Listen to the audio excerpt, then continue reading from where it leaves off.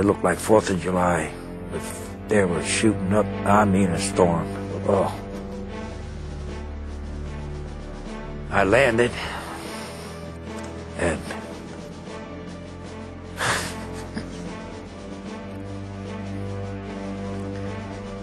I had two fellas, two tall fellas in the back. The one on my right, he says to me, put your arm on my shoulder. The other guy, the tall fella, says, put your other arm around me in case we're in water over your head, because I couldn't swim a lick. He said, in case we're water too deep, and we'll carry you over. Well, fortunately, the water wasn't that deep, but I still had my arm around the fella on my right. And I had my rifle on my right shoulder. As we hit the ramp,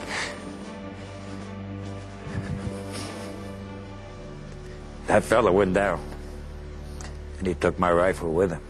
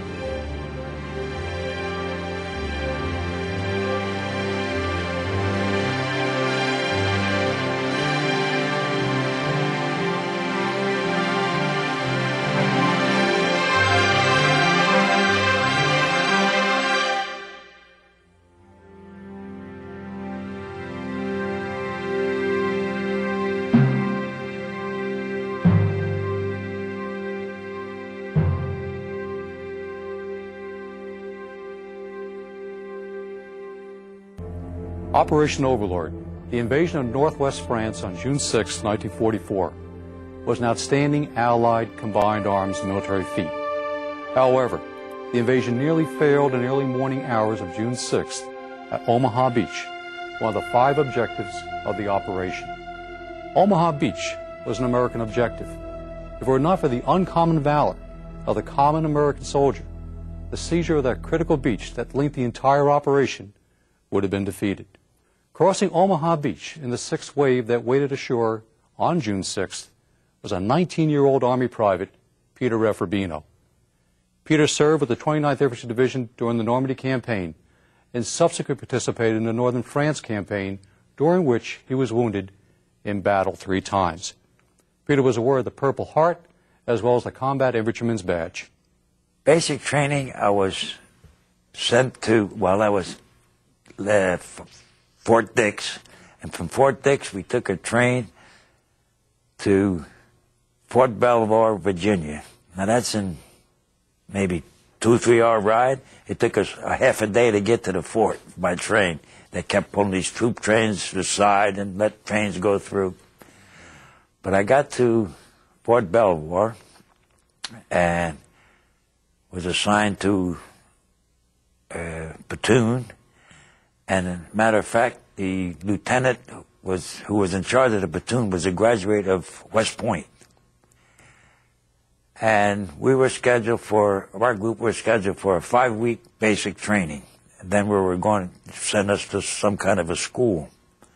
Well, unfortunately, I caught pneumonia on one of the bivouacs, and I had to stay for 13 weeks of basic training without going to school.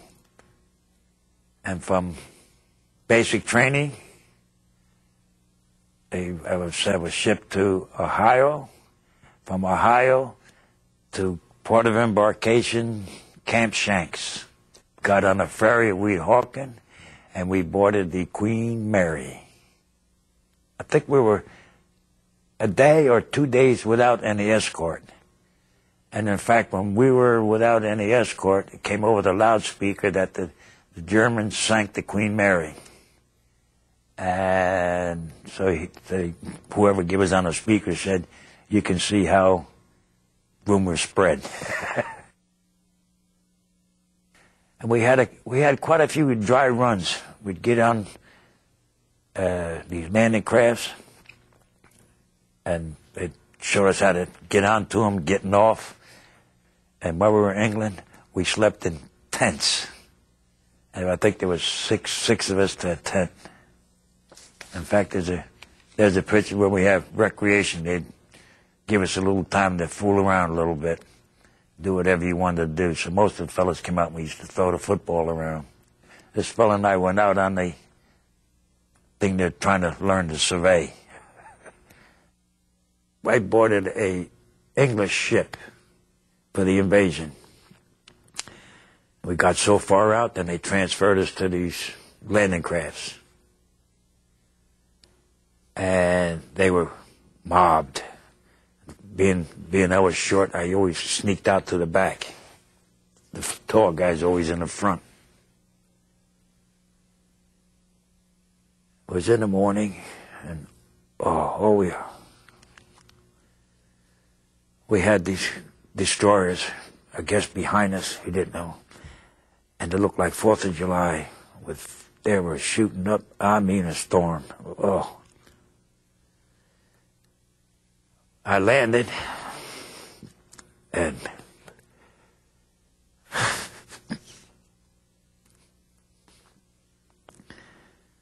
I had two fellas, two tall fellas in the back. The one on my right, he says to me, put your arm on my shoulder. And the other guy, the tall fella, says, put your other arm around me in case we're in water over your head, because I couldn't swim a lick.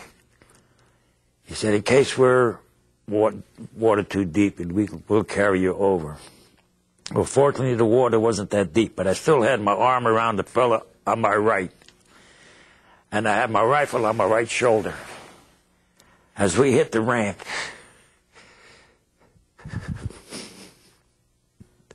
that fella went down, and he took my rifle with him.